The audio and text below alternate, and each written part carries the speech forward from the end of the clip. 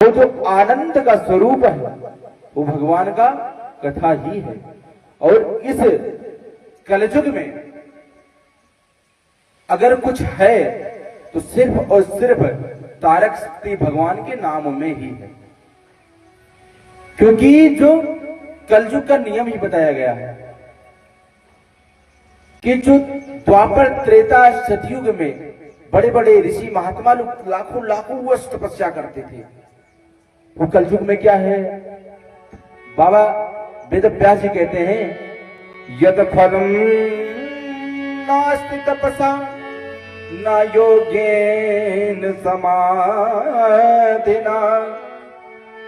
तद फलम लभते सम्यक कलोके सब कीर्तना।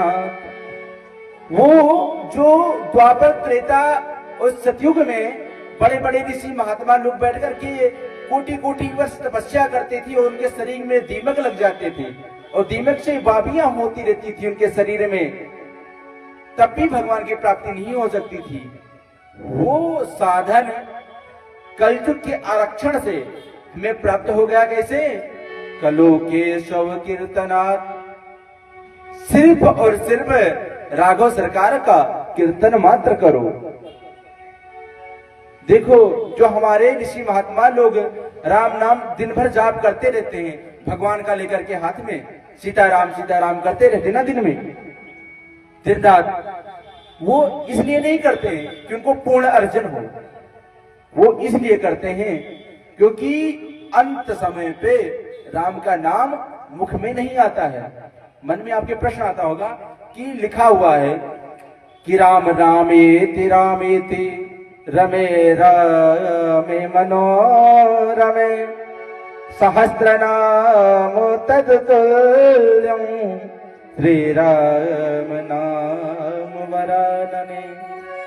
जब बताया जा रहा है कि सहस्त्र नाम तत्तुल्यम श्री राम नाम वरानने, जब 1000 नाम के बराबर भगवान का नाम ही है और जो लाखों कोटि कोटि वर्ष सिर्फ पाप करे, है ना।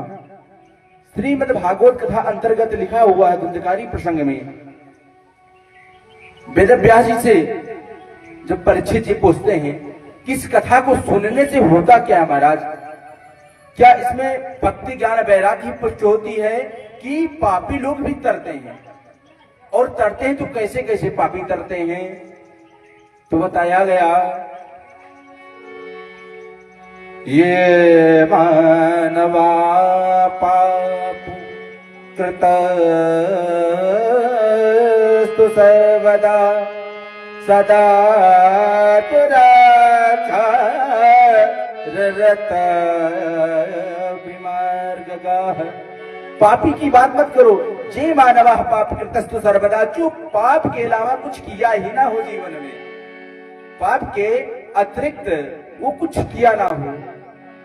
कृतस्तु सर्वदा सदा दुराचार, दुराचार में अगर गणना किया जाए तो महान दुराचारी हो वो।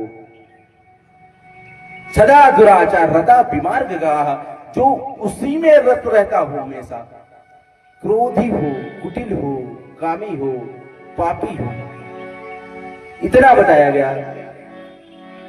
क्रोधाग्निदग्धा कुटिल कामिना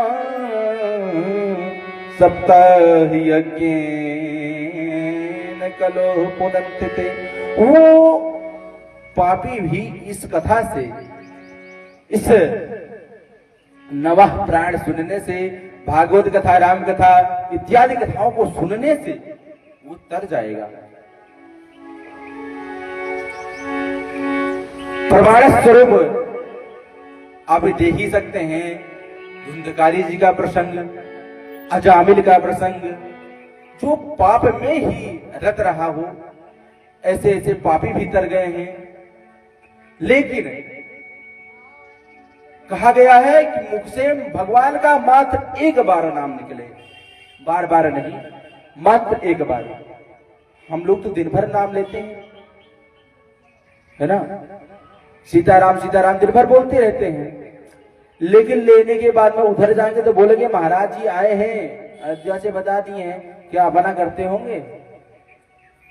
नहीं हुआ होगा, छोड़ो भैंस बांध के आए हैं, वो खुल गया होगा, कुछ नहीं होगा, दूसरे खेत में खा लिया, 2 डंडे मार दिए ना माता जी, राम नाम को भूल गए। यदि राम नाम